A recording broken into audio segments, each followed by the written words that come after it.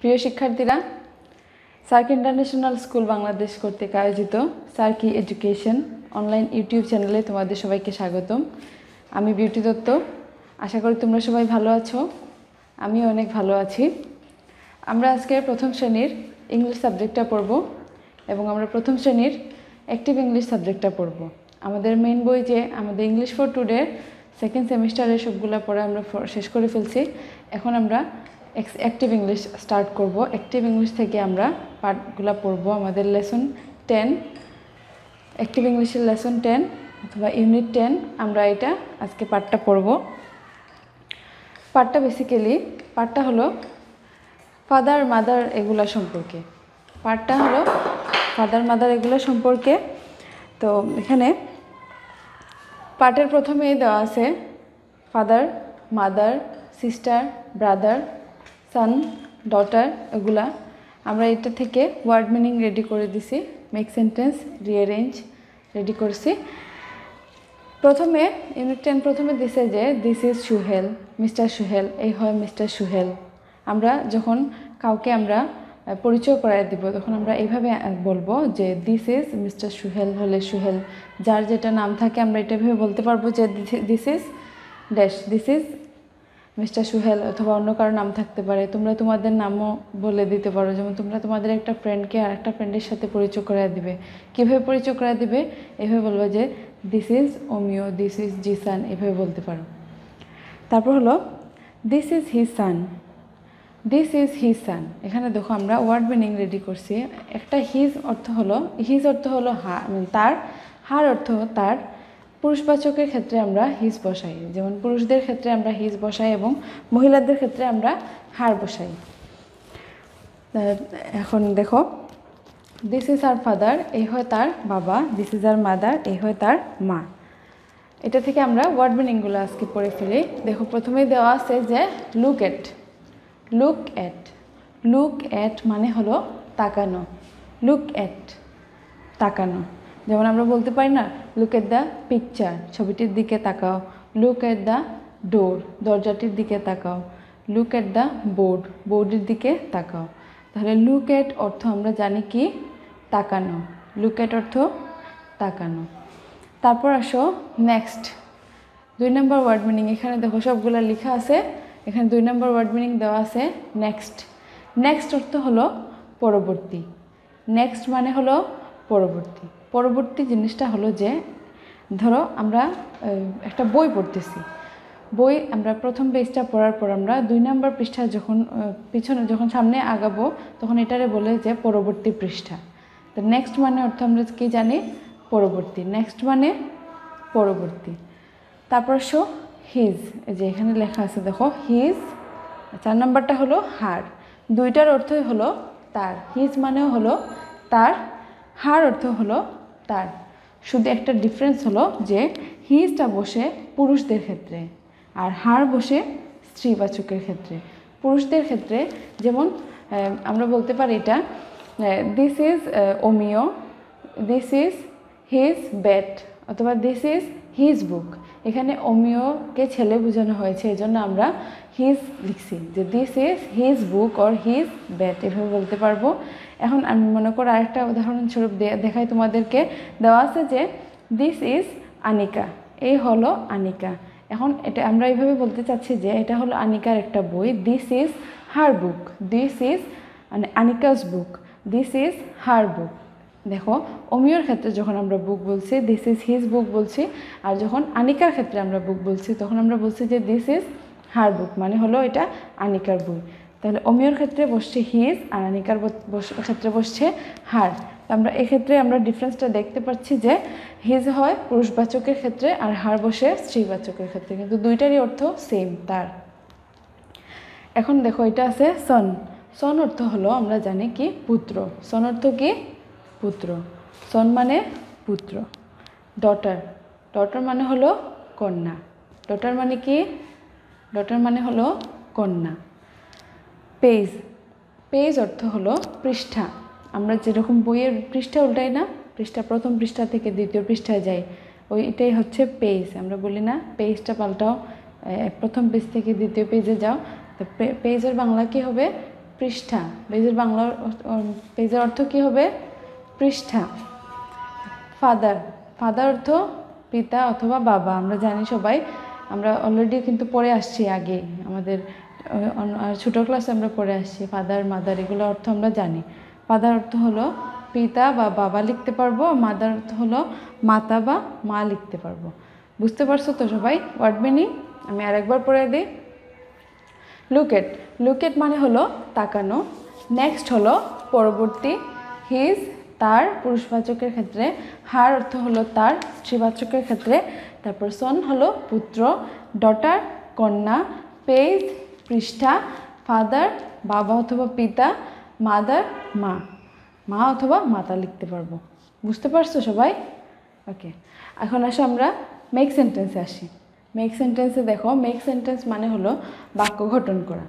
এই যে আমরা এখানে ওয়ার্ড মিনিং পড়ছি, ওয়ার্ড মিনিং হলো একটা শব্দের অর্থ, মানে শব্দ অর্থ। এখন আমরা পড়বো মেক সেন্টেন্স মানে বাক্য গঠন করা। একটা অর্থ দিয়ে কিভাবে আমরা একটা বাক্য মেক করতে পারি বা একটা সেন্টেন্স মেক করতে পারি, এটা এখন আমরা শিখব। এটা ইউনিট 10 পৃষ্ঠা থেকে আমি দিছি, লেসন থেকে দিছি। প্রথমে দেখো কোয়েশ্চেন দেওয়া আছে সন। সন অর্থ কি আমরা জানি, আমরা ওয়ার্ড মিনিং অলরেডি পড়ছি যে সন অর্থ হলো পুত্র। তো সন থেকে আমরা যখন আমরা একটা বাক্য গঠন বা মেক সেন্টেন্স করব, তখন আমরা কি লিখতে পারি? আমি এখানে তোমাদের জন্য রেডি করে দিছি যে দিস ইজ হিজ সন। আমি কি রেডি করে দিছি? দিস ইজ হিজ সন। এখন তোমরা এটাকে দিস ইজ হিজ সন না লিখে যদি তোমরা অন্য কোনোটা মেক করতে চাও সেন্টেন্স, তাও হবে। এখন সনের ক্ষেত্রে যে এটাই দিতে হবে, মেক সেন্টেন্সের ক্ষেত্রে যেগুলো আমি লিখে দিছি সেগুলোই তোমাকে আনসার করতে হবে, এরকম কোনো কথা নাই। তুমি যা পারো এভাবেই তুমি সেন্টেন্স মেক করতে হবে, কিন্তু সেন্টেন্সটা অর্থপূর্ণ হতে হবে। সন অর্থ হলো দিস ইজ হিজ সান। তোমরা লিখতে পারো দিস ইজ হার সান। এখন দেখো 2 নম্বরে আছে দেওয়া ডটার। ডটার অর্থ আমরা জানি কি? কন্যা। ডটার অর্থ কি? কন্যা। কন্যা মানে মেয়ে বুঝাইছে। তো আমরা এক্ষেত্রে আমরা মেক সেন্টেন্সটা লিখতে পারি যে this is her daughter. This is her daughter, এই হয় তার কন্যা। এক্ষেত্রে আমরা দিস ইজ হার ডটার না লিখে দিস ইজ হিজ ডটারও লিখতে পারি, এই হয় তার কন্যা। এটা মেয়েদের ক্ষেত্রে হার বসছে আর ছেলেদের ক্ষেত্রে হিজ বসে। এগুলা যে আমি লিখে দিছি যেগুলা, সেগুলাই অ্যান্সার করতে হবে এমন কোনো কথা নাই, তোমরা ইচ্ছা মতো সেন্টেন্স মেক করতে পারো। পেজ, পেজ মানে আমরা পড়লাম একটু আগে যে অর্থ পড়লাম পৃষ্ঠা। পেজ অর্থ কি পড়লাম? পৃষ্ঠা। পেজ দিয়ে আমরা মেক সেন্টেন্স কি লিখব? Look at the next page. Look at the next page মানে হলো আমরা পরবর্তী পৃষ্ঠায় একটু দেখব। Look at the next page, পরবর্তী পৃষ্ঠায় দেখো। আমি আবারও বলতেছি যে মেক সেন্টেন্স আমি যেগুলো লিখে দিছি যে সেগুলো লিখতে হবে এমন কোনো কথা নাই। তোমরা নিজেরা সেন্টেন্স মেক করতে পারো, কিন্তু তা অবশ্যই অর্থবোধক হতে হবে।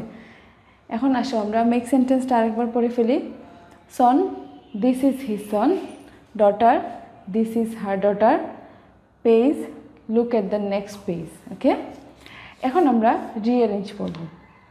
রিঅ্যারেঞ্জটা আমরা দেখি। প্রথমে আমরা কোয়েশ্চেনটা কি লিখছি দেখো, রিঅ্যারেঞ্জ। আগে রিঅ্যারেঞ্জ মানে কি এটা আমরা বুঝে ফেলি।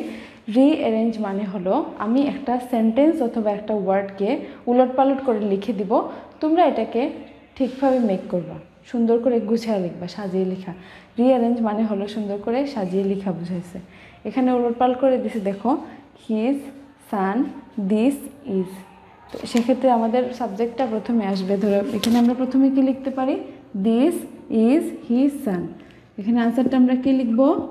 দিস ইজ হিজ সান, এই হয় তার পুত্র। এখানে আমি লাইনটা একটু অগোছালো করে দিছি, তোমরা এটা ঠিক করে লিখবা যে this is his San. 2 number দেখো, ইজ জিসান দিস।